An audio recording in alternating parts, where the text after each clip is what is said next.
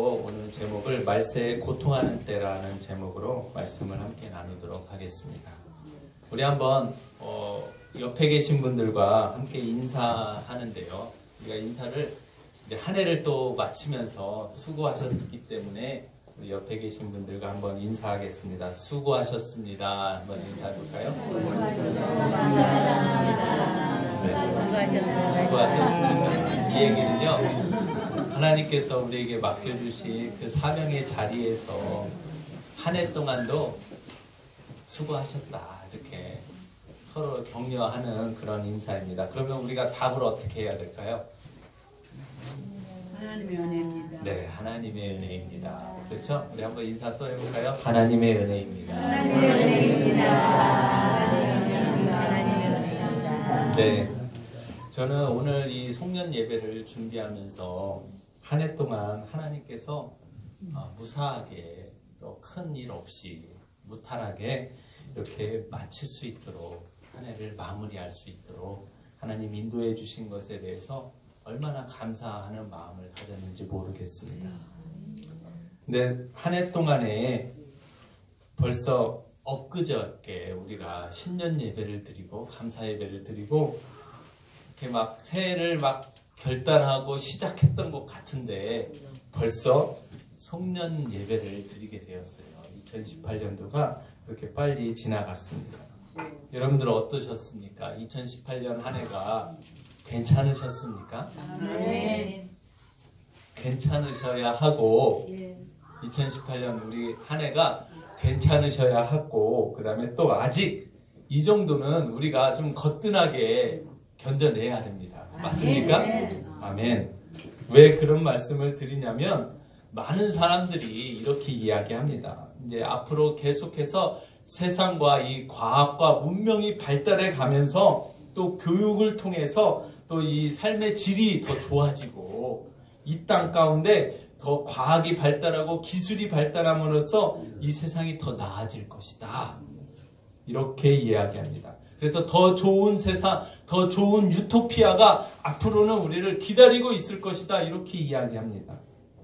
제가 초등학교 때 이제 미술 시간이 되면 그림을 그리는 주제들이 있었어요. 뭘 그리냐고 하냐면 21세기가 되면 과학 상상 이제 그림을 그리는 거예요. 21세기가 되면 어떻게 살 것인가.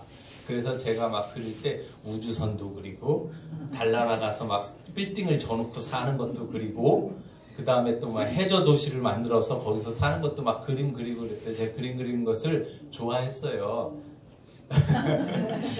제 그림은 아닌데 우리 초등학교 아이들 한번 그림을 한번 보도록 하겠습니다. 저렇게 막 우주에 가서 살기도 하고, 또 보세요, 해저 도시 이렇게 막 살기도 하고, 또 이렇게 막 과학 문명이 발달해서 이렇게 막 아름답게 막 도시들이 더 좋아지는 그런 것들을 살고 있다, 이렇게 그림을 그립니다. 지금 21세기가 벌써 되었는데도 제가 그렸던 막 자동차가 날아다니고 그런 시대는 아직 안 왔는데 아직도 저렇게 그리고 있습니다.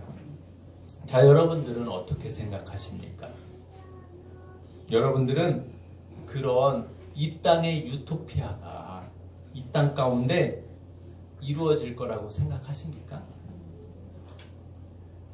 자, 우리가 다른 사람이 어떻게 이야기하고 내가 어떻게 생각하는지와 상관없이 여러분들, 우리 그리스도인들은 무엇을 가지고 무엇으로 그 앞의 기준도 삼아야 됩니까? 하나님의 말씀으로. 그렇죠? 성경이 앞으로의 시대를, 앞으로의 다가올 시대를 뭐라고 말씀하고 있는가, 우리는 거기에 귀를 기울여야 한다. 아멘. 맞습니까? 아멘. 자, 그러면 오늘 본문으로 돌아오셔서 오늘 본문에 앞으로 마지막 시대로 가고 있는, 마지막 때로 가고 있는데 그 마지막 때에 이 세상이 어떡할 것인가, 어떠할 것인가 라고 말하고 있는가, 우리 한번 같이 읽어볼까요? 1절 말씀 다 같이 읽어보겠습니다. 시작. 너는 이것을 알라. 말세에 고통하는 때가 이르러. 아멘. 성경은 뭐라고 말합니까? 성경은 마지막 시대, 말세로 가게 되면 어떤 때가 온다고요? 유토피아가 되어서 잘 살고 더 나았고 더 행복한 삶을 살아간다라는 거 말씀하는 것이 아니라 고통하는 때가 이른다. 고통하는 때가 이른다라고 말씀하고 있습니다. 점점 좋아진다가 아니에요. 마지막으로 갈수록 점점 더 뭐라는 거예요? 고통의 때로 나간다라는 거예요. 점점 더 힘들어진다라는 거예요. 사실은요. 그러나 우리가 기억해야 할 분명한 사실이 있습니다. 이것을 우리가 알기 전에 더 먼저 기억해야 할 사실은 하나님은 이 세상에 대한 계획을 가지시고 이 천지 만물을 지으시고 시작하셨는 줄 믿으시기 바랍니다. 아멘. 아멘입니까? 아멘. 그리고 그 계획을 어떻게 하신다고요? 시작하신 하나님이 마치시고 이루시고 성취하신다라는 겁니다. 아멘. 자, 이를 성경에서는 요한계시록 22장 13절에 뭐라고요? 시작. 나는 알파와 오메가요, 처음과 마지막이요, 시작과 마침이다. 하나님께서 이 천지 만물을 시작하셨으니까 그 시작을 마치시겠다라는 겁니다. 하나님은 이것을 이루어 내신다라는 겁니다.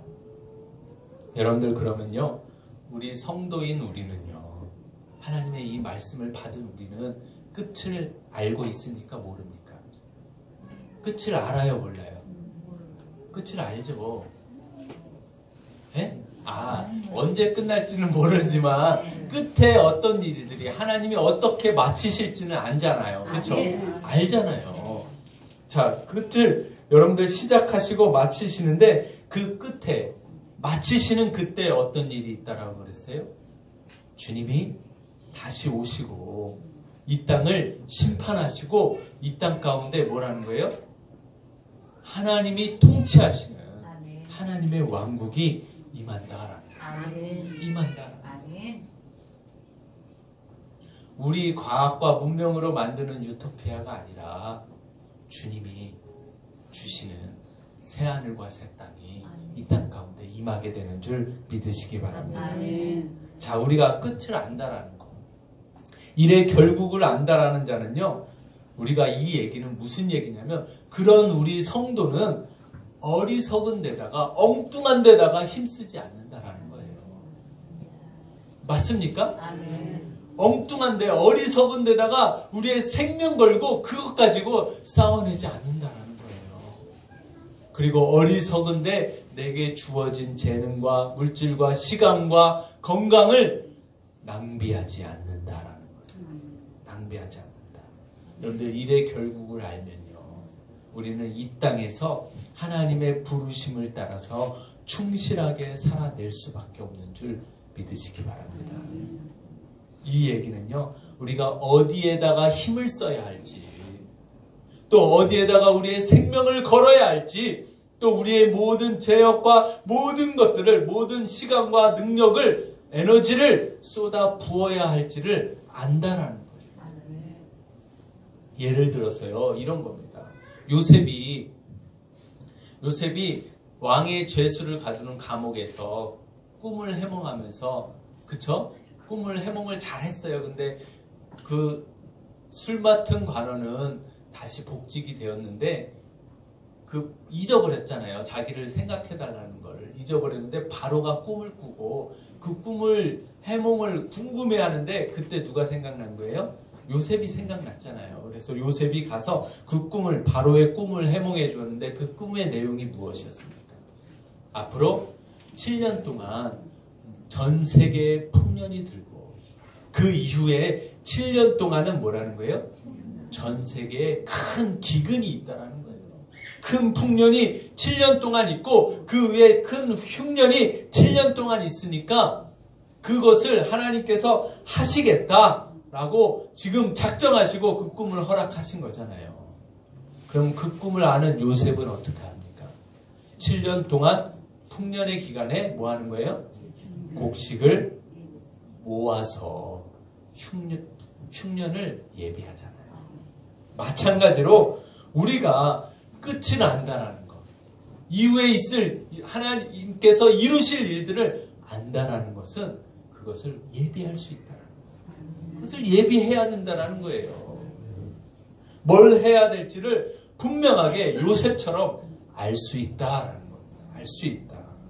지금까지의 말씀을 한번 정리해 보면요. 자, 그러면 정리해 보겠습니다. 지금까지 긴 얘기가 아니었습니다.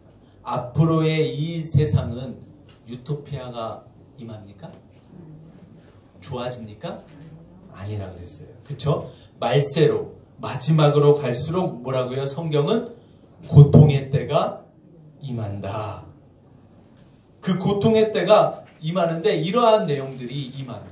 2절부터 4절까지 말씀인데요. 한번 천천히 한번 2절부터 읽어보겠습니다. 2절 시작.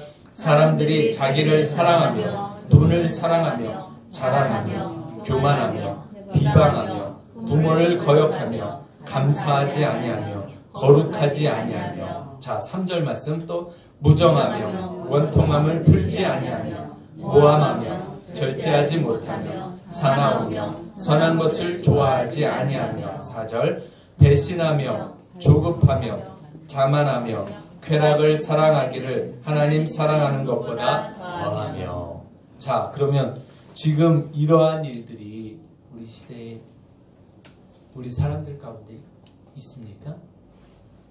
있어요? 있죠. 이미 시작되었죠. 있다라는 겁니다.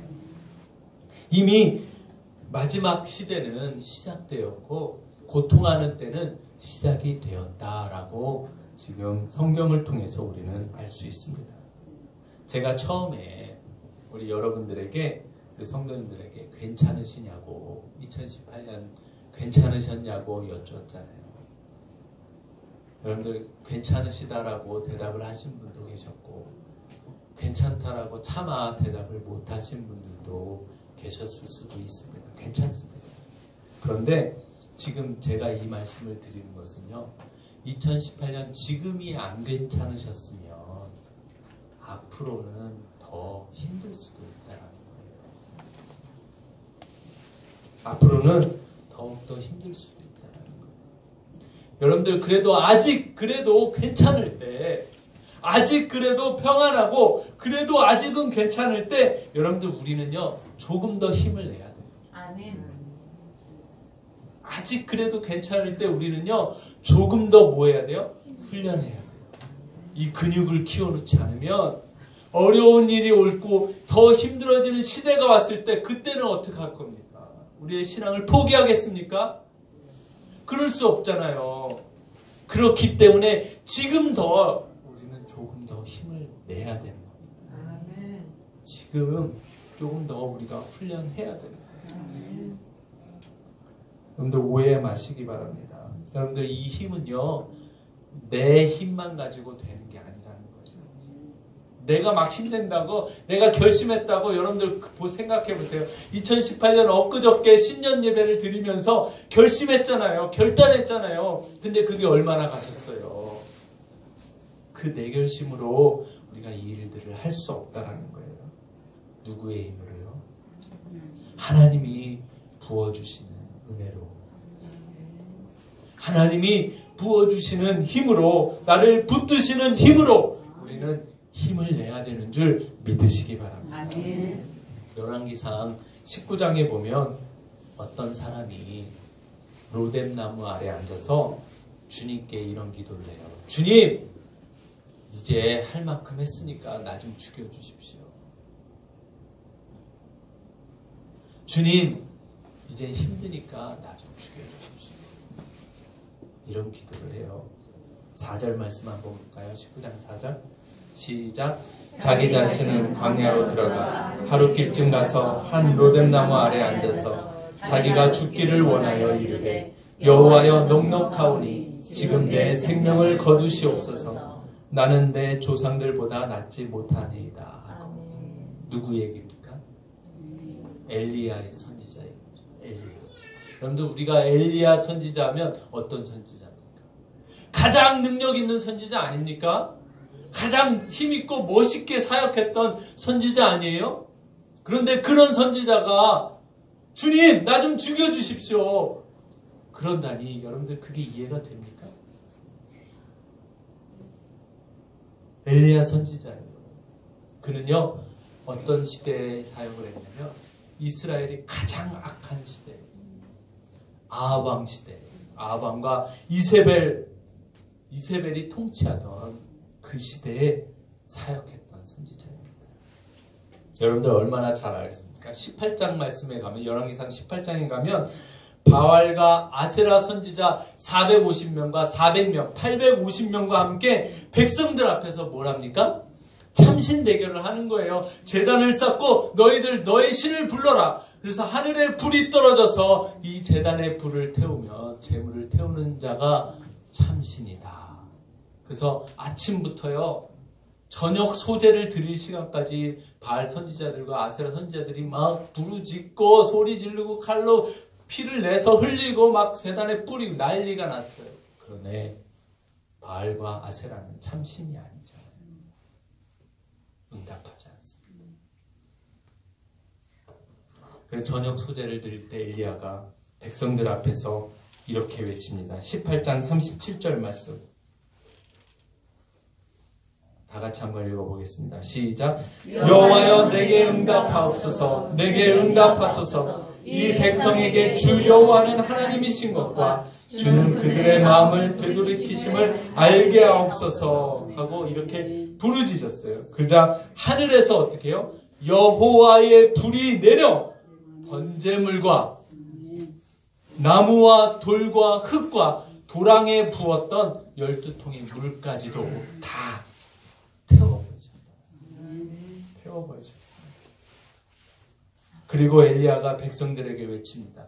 바알과 아세라의 선지자들을 모두 잡아라. 하나도 남겨놓지 말고 다 잡아라. 그리고 나서 기손 시내에 가서 이 거짓 선지자들을 다 죽입니다. 이 얼마나 멋진 사역을 했습니까? 이 얼마나 크고 위대한 일을 했습니까? 하나님의 영광을 위해서 그는 이 귀한 사역을 했다라는 거예요. 그런데 여러분, 이 귀한 사역의 결과가 어떻게 나옵니까? 이세벨이, 그 왕후 이세벨이, 악한 왕후 이세벨이 사신을 엘리야에게 보내서 뭐라고 얘기하냐면, 내일 이맘때까지 네 목이 내 몸에 남아있으면 안 되면 반드시 죽이겠다. 여러분들, 우리가요, 하나님의 일을 감당할 때도 뭔가 멋진 사역을 주님을 위해서 했고, 내가 열심히 했고 뭔가를 했을 때 내 기대와 다르게 이렇게 반응이 올 때 사실 우리는 낙심하기 쉽습니다. 이 소식을 듣고 그 위대했던 엘리야도 낙심했다. 낙심해서 홀로 로뎀나무 아래에 들어갔습니다. 그리고 뭐라고 얘기합니까? 주여, 넉넉하오니 내가 이제 할 만큼 했습니다. 이제 내 생명을 거둬주십시오. 너무 힘듭니다. 거둬주십시오. 그때 하나님의 대답이 뭡니까? 천사를 보내서 그를 어루만져 주세요. 천사를 보내서 열왕기상 19장 5절 말씀에 보면 로뎀나무 아래 누워 자더니 천사가 그를 어루만지시며 이르되 일어나 먹으라 하는지라. 그래서 일어나 본중 6절에 머리맡에 숯불과 구운 떡과 한 병 물이 있더라. 이에 먹고 마시고 힘이 난 게 아니라 다시 누웠어요. 얼마나 낙심했으면, 얼마나 힘이 들었으면 다시 누웠을까요? 근데 여호와의 천사가 7절에 또 다시 와서 어루만지시며 이르되 일어나 먹으라. 내가 갈 길을 다 가지 못할까 하노라. 이 얘기는 무슨 말씀입니까? 너 힘내야 돼. 아직 너의 달려갈 길이 더 있는데 지금 여기서 이렇게 힘들어서 죽겠다고, 힘들어서 낭망하고 있으면 어떡하니? 아직 더 가야 되는데 일어나. 어루만져 주시고 먹을 것과 마실 것을 주셔서 그를 다시 세우시는 하나님이신 줄 믿으시기 바랍니다. 아멘. 오늘 예배를 드리시면서 올 한 해가 힘겨웠던 분들도 계실 겁니다. 우리 그 힘겨웠던 분들이 계시다면 우리 하나님의 위로하시고 어루만지시고 힘주시는 그 힘을, 그 은혜를 예배를 통해서 또 내일 있을 주의 흥년 만찬을 통해서 우리 하나님이 차려주신 것은 아니지만 그것들을 통해서 힘을 얻으시기 바랍니다. 아멘. 왜냐면요, 우리는 아직 가야 할 길이 더 있기 때문에 그렇습니다. 하나님의 위로하시는 위로가 있으시길 주님의 이름으로 부탁드립니다. 아멘. 자, 다시 오늘 본문으로 돌아와서 오늘 주시는 말씀을 한번 찾아보겠습니다. 자, 첫 번째로 우리가 점점 악해져가는 어려운 시대의 고통의 때를 표현하면서 살아가면서 우리가 힘들 때는 어떻게 해야 된다고 그랬어요? 지금 로뎀나무 아래에 가셔서 하나님의 위로를 구하시기 바랍니다. 힘들면 괜찮아요. 힘들 수도 있잖아요. 엘리야도 그랬어요. 힘들면 하나님 로뎀나무 아래에 가셔서 주님의 위로를 얻고 힘을 내시길 주님의 이름으로 부탁드립니다. 자, 우리 본문 말씀에서 주시는 것은 간단합니다. 우리가 이 마지막 시대의 고통의 때에 주의해야 할 것과 해야 할 것 두 가지를 말씀해 주고 계십니다. 자, 이 말씀을 나누고 말씀을 마치도록 하겠습니다. 먼저 우리가 주의해야 할 것을 한번 살펴보도록 하겠습니다. 5절 말씀을 다 같이 읽겠습니다. 5절 시작. 경건의 모양은 있으나 경건의 능력은 부인하니 이 같은 자들에서 내가 돌아서라. 아멘. 이 말씀에 보면 경건의 모양은 있으나 경건의 능력을 부인하는 자에게서 뭐라고요? 돌아서라. 돌아서라 라고 말씀합니다. 자, 여러분들 보세요. 그러면 경건의 모양을 갖추고 있는 사람이 있어요. 그 사람은 교회 안에 있는 사람입니까? 교회 밖에 있는 사람입니까? 안에. 네? 안에. 분명하게 말씀해 보세요. 안에 있는 사람이죠? 밖에 있는 사람이 경건의 모양을 갖추고 있지 않을 거 아니에요. 그렇죠? 교회 안에 있는 사람이라는 거예요. 분명히 기독교의 형태를 띠고 교회라는 그거 안에 있다라는 겁니다. 무슨 얘기냐면 경건의 모양, 거룩한 척은 하고 영성이 있는 척은 하고 예배도 드리고 은혜롭게 드리고 막 기도도 하고 찬송도 하고 봉사도 하지만 경건의 능력, 그게 뭐예요? 실제가 되는 것을 부인한다라는 겁니다. 무슨 얘기냐요? 여기 경건의 능력이라는 단어를 두나미스라는 단어를 썼습니다. 효력과 효능과 실력 등이 나타나는 건데 그것을 부인하다라는 단어를 살펴보니까 거기에 포기하다, 거절하다, 관계없다고 말하다, 반대하다. 무슨 얘기입니까? 우리가 경건의 말씀대로, 하나님의 말씀대로 살아내는 것을 포기하는 거예요. 종교의 형태는 갖고 있지만 그 능력이 나타나지 않는다는 것은요, 실제가 되지 못한다는 거예요. 복음의 말씀은 들었지만 그 복음이 실제가 되지 않고 우리 삶이 되지 않는다는 거예요. 예배도 드리고 찬송도 드리고 봉사도 하지만 삶 가운데서는 능력이 전혀 나타나지 않는다는 거예요. 왜요? 실제로 살아내는 것을 포기했기 때문에. 포기하고 거절하고 상관은 상관없다라고 얘기하고 교회에 모인 것만 중요하다라고 얘기했기 때문에 그래요.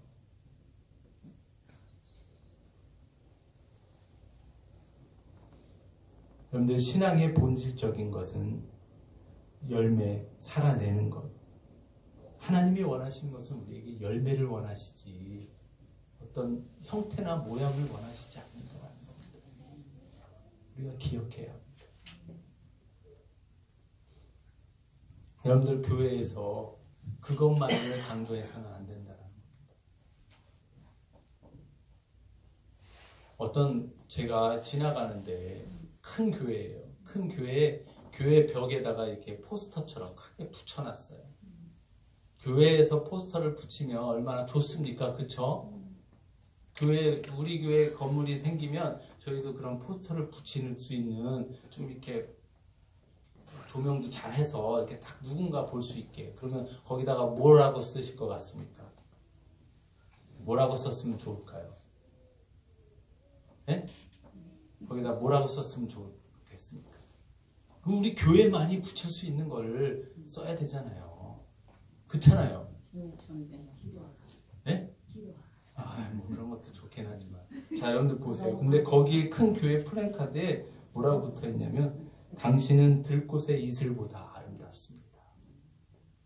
이게 뭔 소린가?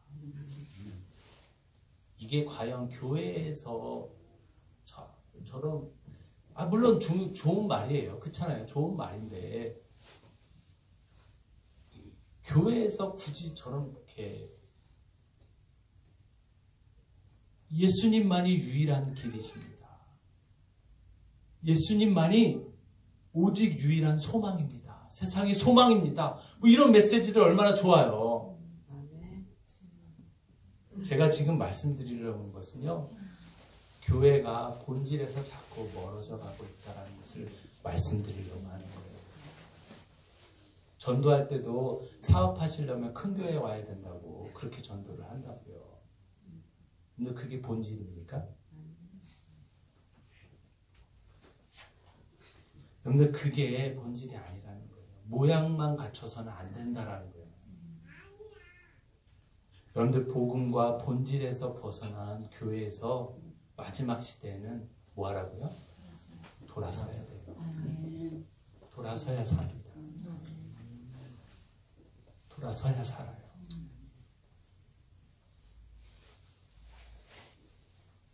그 교회가 아무리 크든 전통이 있든 오래되었든 그것과는 상관없어요.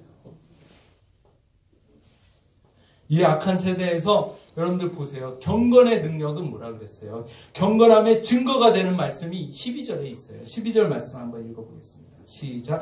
무릇 그리스도 안에서 경건하게 살려고자 하는 자는 박해를 받으리라. 아멘. 경건함의 증거가 뭐라고요? 세상에서 박해를 받는다고요. 세상으로부터 박해를 받는 것이 내가 지금 경건하게 하나님의 삶을 살아내고 있다라는 증거라는 거예요. 요한복음 15장 19절 말씀에도 예수님이 분명하게 말씀하셨어요. 세상이 너희를 미워할 것이다. 15장 19절 말씀 한번 읽어보겠습니다. 시작. 너희가 세상에 속하였으면 세상이 자기의 것을 사랑할 것이나 너희는 세상에 속한 자가 아니요 오히려 내가 너희를 세상에서 택하였기 때문에 세상이 너희를 미워하리니라. 아멘. 세상이 뭐하란다고요? 미워한다고요. 세상은 자기 편이, 우리는 자기 편이 아니기 때문에, 세상의 것이 아니기 때문에 미워한다고요. 우리는 누구의 것이라고요? 누구에게 속했다고요? 주님께 속해 있기 때문에 주님을 대적하는 이 세상은요, 우리를 미워하고 핍박하는 게 당연한 거예요. 20절 말씀은 나를 박해하였은즉 너희도 박해할 것이고 너희도 박해할 것이다. 여러분들 우리 성도는요, 그래서 세상을 목적으로 살아서는 안 됩니다. 세상을 목적으로 살지 않는다라고 말씀드렸어요. 그리고 세상을 사랑해서도 안 된다라는 거예요.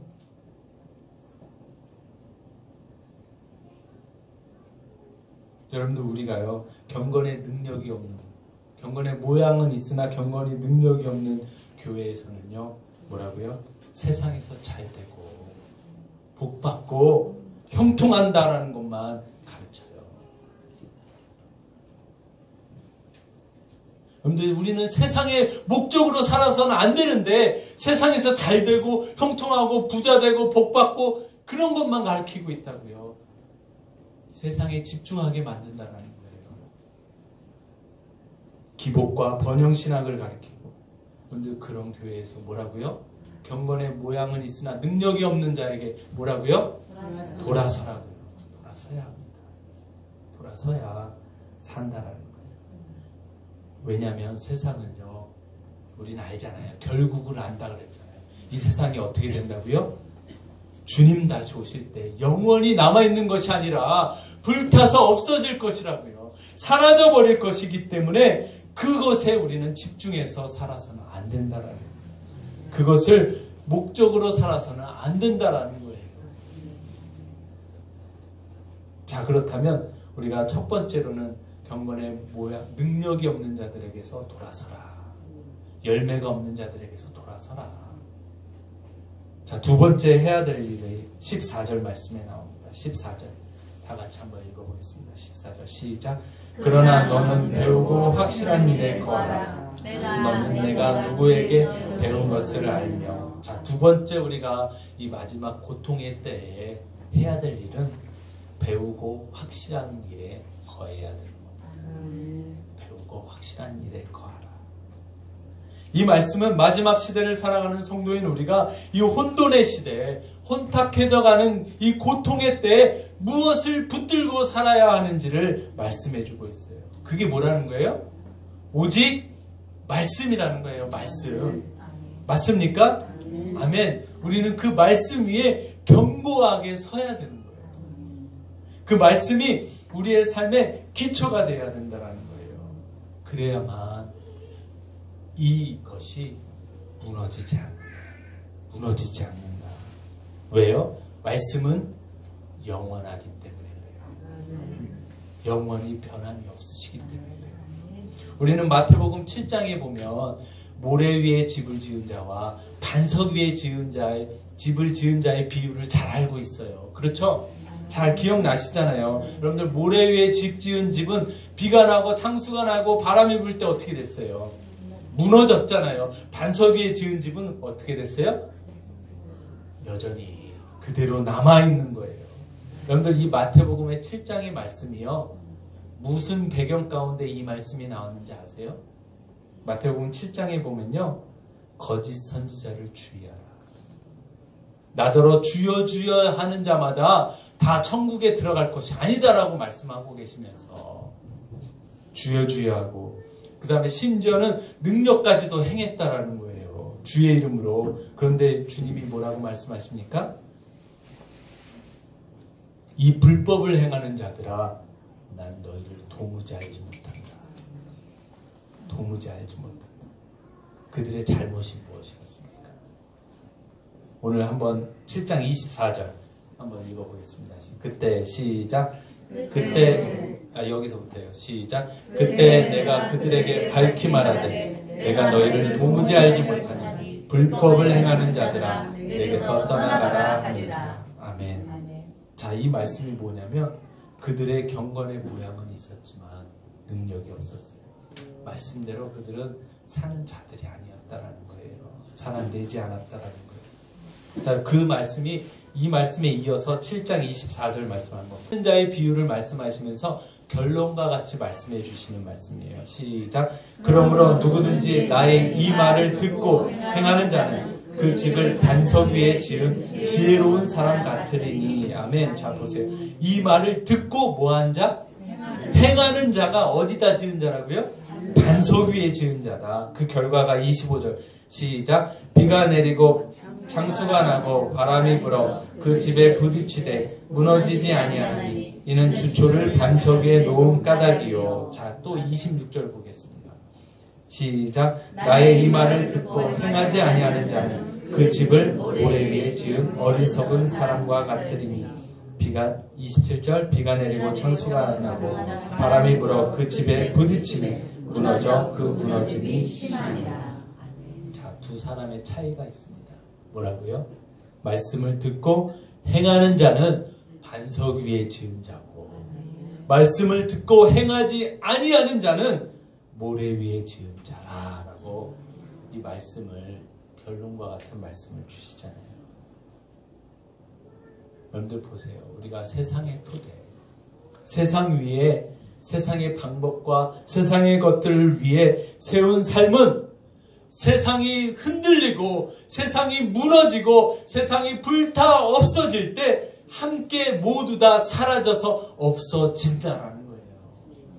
없어진다라는 거예요. 그러면 우리는 어떻게 해야 하겠습니까? 이 결론을 분명히 알고 있는 우리는 어떻게 살아내야 되겠습니까? 사랑하는 유종의 성도 여러분, 우리는요 말씀 위에 거해야 되는 것입니다. 아멘. 말씀이 우리의 삶의 파운데이션, 기초가 되어야 되는 거예요. 기초가. 그 위에 우리가 서야 되는 겁니다.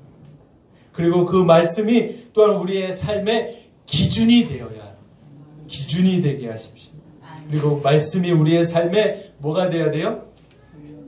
결론이 돼야 돼요. 결론. 내가 선택한 결론, 그게 말씀이 되어야 된다는 거예요. 그리고 또한 말씀이 우리의 삶에서 내가 그 말씀을 순종함으로 뭐가 이루어져야 합니까?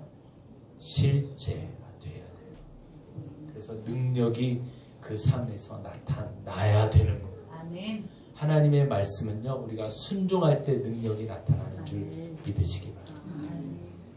그게 우리 말씀의 실제가 되도록 살아내야 되는 겁니다. 우리 한번 이 시간 기도하도록 하겠습니다. 한번 눈을 감고 기도하는 시간을 갖겠습니다. 우리가 고통의 때가 온다고 말씀을 드렸더니 혹시 우리 가운데 두려운 마음이 드시는 분이 계십니까?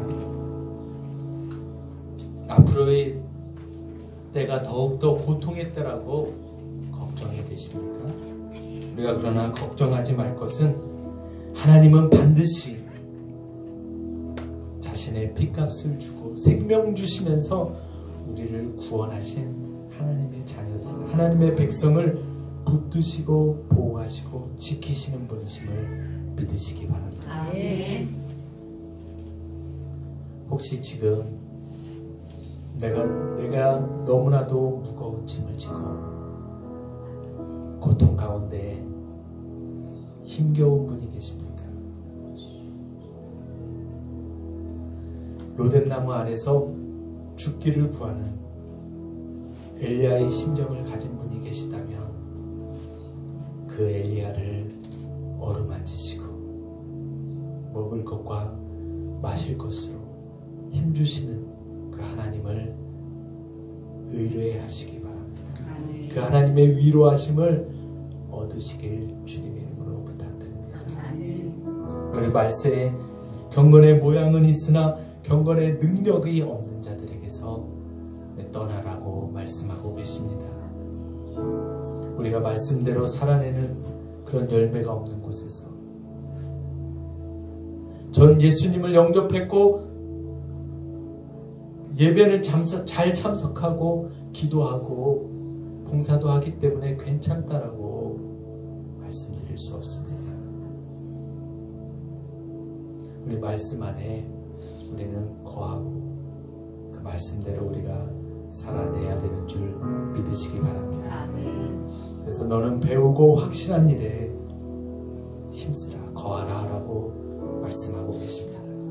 우리의 말씀이 우리의 삶의 기초가 되고 말씀이 우리의 삶의 기준이 되고 말씀이 나의 선택의 결론이 되고 그 말씀이 나의 삶 가운데 실제가 되어 능력이 나타나는 그런 삶을 살아내는 그런 복된 유성의 성도님들이 모두 다 되시길 주님의 이름으로 부탁드립니다.